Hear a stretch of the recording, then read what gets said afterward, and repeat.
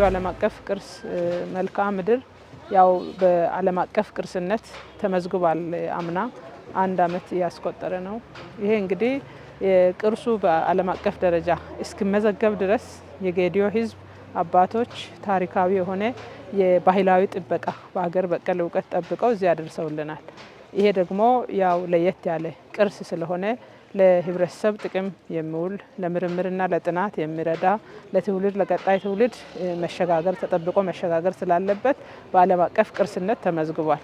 እንግዲህ ከዓለም አቀፍ ቅርስነት መመዝገቡን ተከትሎ ደግሞ እዚሁ በዲላ ከተማ ላይ ቅርንጫፍ ጽህፈት ቤት ዛሬ ከፍተናል። ይሄ ቅርንጫፍ ጽህፈት ቤት የተከፈተበት ዋናው ምክንያት የዓለም አቀፍ ቅርሱን ጥበቃና እንክብካቤ ለማድረግ ነው። ቅርሱ መጠበቅ አለበት። በዓለም አቀፍ ቅርስነት መመዝገቡ ብቻውን በቂ አይደለም። መጠበቅ አለበት፣ መንከባከብ አለበት። ለዚሁም ደግሞ ያው ጽህፈት ቤቱን እንዲያስተባብር ጽህፈት ቤቱን ከፈትን እንጂ ጽህፈት ቤቱ ብቻውን አይደለም ቅርሱን የሚጠብቀው የሚንከባከበው። አጠቃላይ ማህበረሰቡ፣ የመንግስት አካላት ከቀበሌ ጀምሮ ለዚሁ ተግባር የተቋቋመ የቅርስ ጥበቃ ኮሚቴዎች አሉ። ኮሚቴዎቹ ትልቅ ኃላፊነት አለባቸው። የአካባቢው መስተዳደር ትልቅ ኃላፊነት አለበት። ቅርስ ጥበቃ ጽህፈት ቤቱ በኃላፊነት ያስተባብራል።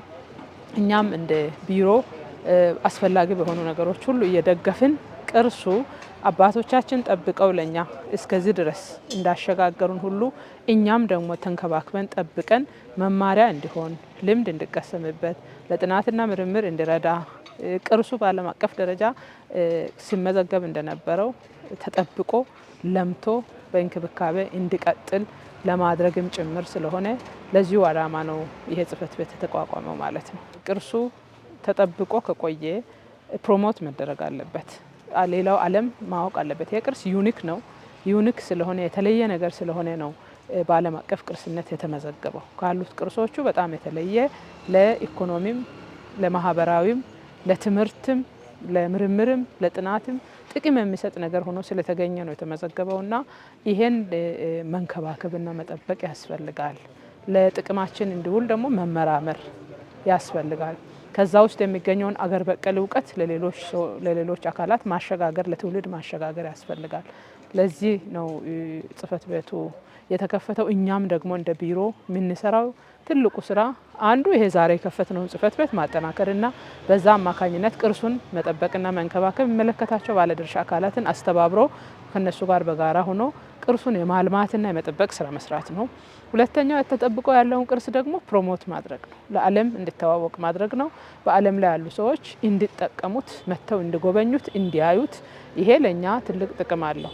አንዱ ቱሪስት ሲመጣ ሲገባ ሲወጣ የምናገኘው ኢኮኖሚካሊ ጠቀሜታ አለው። ሁለተኛው ገጽታችን እንገነባለን። የአካባቢያችንን ገጽታ እናሳያለን። የተለየ ነገር እናሳያለን። ስለዚህ ይሄንን መንከባከብ መጠበቅና ፕሮሞት ማድረግ ነው የኛ ትልቁ ኃላፊነት ማለት ነው። ይሄንን ከሚመለከታቸው ባለድርሻ አካላት ጋር ቀጣይ የምንሰራው ስራ ይሆናል።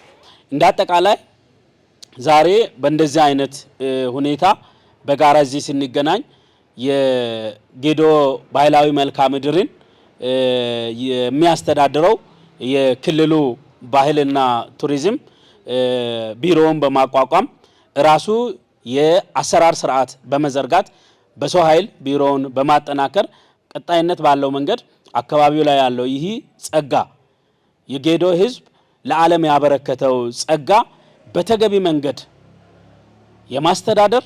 የማስተዳደር ብቻ ሳይሆን ለዓለም ለአካባቢውም የማስተዋወቅና ይሄንን ወደ ቫልዩ የመቀየር ሂደት ላይ ይሄ የዛሬ ላይ የሚቋቋመው ኦፊስ ወይም ቢሮ ትልቅ ኃላፊነት አለው ማለት።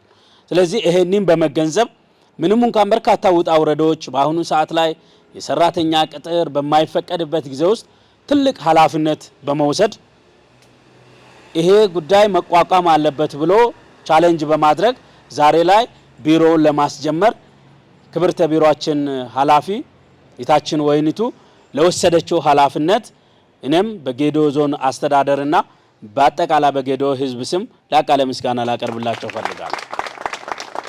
የቢሮ ማኔጅመንትም እጅግ በጣም ልዩ ትኩረት በመስጠት ይህን አካባቢ በአጭር ጊዜ ውስጥም እንደምታውቁት ከቱሪዝም ሚኒስቴር ጋር በጋራ በመተባበር በርካታ ሚዲያዎች ዓለም አቀፍ ሁኔታውን የሚስቡ ሚዲያዎች በአካባቢው በመገኘት ይህንን አካባቢ ፕሮሞት የማድረግ ስራ እየተሰራ ነው ያለው። ጌዲኦ ባህላዊ መልክዓ ምድር አስተዳደር ጽሕፈት ቤቱ እዚህ በመከፈቱ ምክንያት ሰፊ ስራ ተሰርቷል። እዚህ ደረጃ ለመድረሱ በርካታ ሂደቶችን አልፎ ነው የመጣው። የክልሉ ርዕሰ መስተዳደር ጽሕፈት ቤት ከፍተኛ ድጋፍ አድርጓል። ባህልና ቱሪዝም በባለቤትነት ጉዳዩን እየመራው ሕግ እንዲወጣለት ተደርጓል። በአዋጅ ጸድቋል።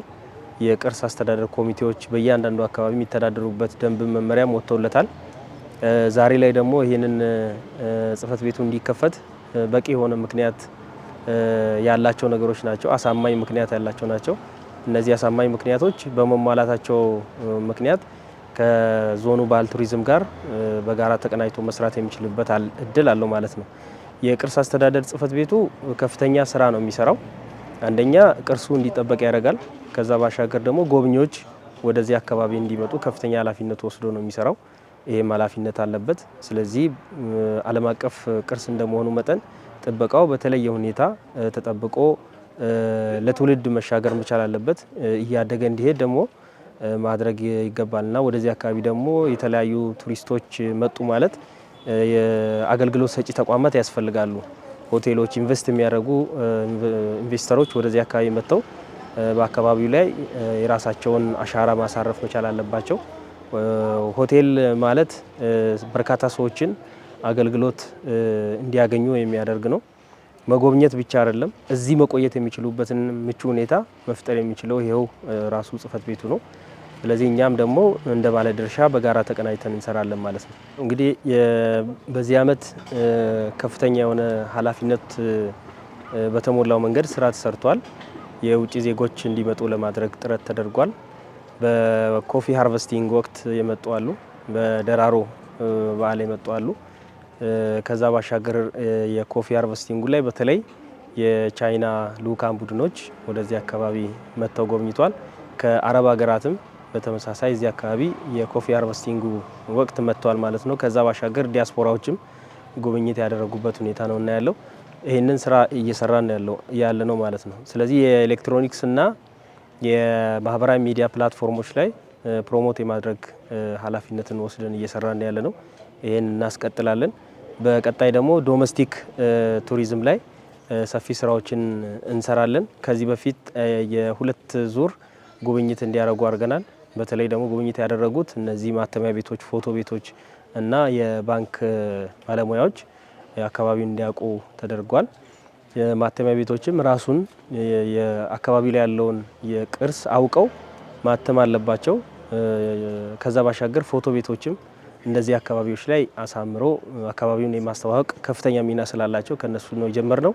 ክረምት ላይ ደግሞ በተመሳሳይ የተለያዩ የአገልግሎት የሚሰጡ ተቋማትን እነሱን ደግሞ ይዘናቸው እንሄዳለን ማለት ነው። ስለዚህ ይህንን አስፍተን እየሰራን ያለ ነው። ወደዚህ አካባቢ ቱሪስቶች እንዲመጡ የተለያዩ አምባሳደሮችንም ኮሚኒኬት የማድረግ ስራ በሀይር ኦፊሻሎችም እየተሰራ ነው። ከአስተዳደር ጽሕፈት ቤት ጋር በጋራ ተቀናጅተን እየሰራን ያለ ነው ማለት ነው። የተመዘገቡ በዓለም አቀፍ ደረጃ የተመዘገቡ ቅርሶች አሉ። እንደገና ደግሞ ያልተመዘገቡም አሉ። እነዚህን ቅርሶች የተመዘገቡትን ለአካባቢው ሕብረተሰብ በአግባቡ ጠብቆ እንዲያቆየው የጥንት አባቶቻችን ይዘው የመጡትን እነዚህን ቅርሶች ጠብቆ ያቆዩትን በዘላቂነት በአካባቢ ሕብረተሰብ እስከ ታችኛው መዋቅር ድረስ ዘርግተን እሱን ለማስጠበቅ ተብሎ የተቋቋመ ጽሕፈት ቤት ነው። ይሄ የደቡብ ክልል ባህል ቱሪዝም ቢሮ በዋናነት ፎሎአፕ ቅርጹን አካባቢውን ማህበረሰብ እንዴት አድርገን መጠበቅና አካባቢ ማህበረሰብን ደግሞ አንቀሳቅሶ ይሄን ቅርስ እንዲጠብቁ ማድረግ ማስተባበር እንዳለብን ቅድም መልእክቱ አስተላልፎልናል።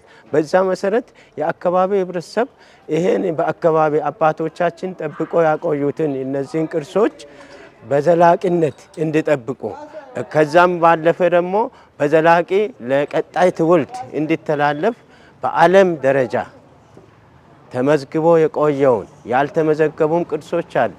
እነዛንም ጠብቆ ለማቆየት አካባቢው ሕብረተሰብ ደግሞ በአካባቢው በእነሱ አካባቢ ያለውን ማህበረሰብ ሁል ጊዜ በዘላቂነት ጥበቃ ማድረግ ይህ ጽሕፈት ቤቱ መቋቋሙ ብቻ አይደለም። ከአካባቢ ህብረተሰብም ማህበረሰብም ይህን ጉዳይ በትኩረት አጽንኦት ሰጥቶ እንዲከታተሉና እንዲጠብቁ ትምህርት፣ ግንዛቤ ማስጨበጥ መድረኮችን አዘጋጅቶ ይህን ትምህርት መስጠት ያስፈልጋል።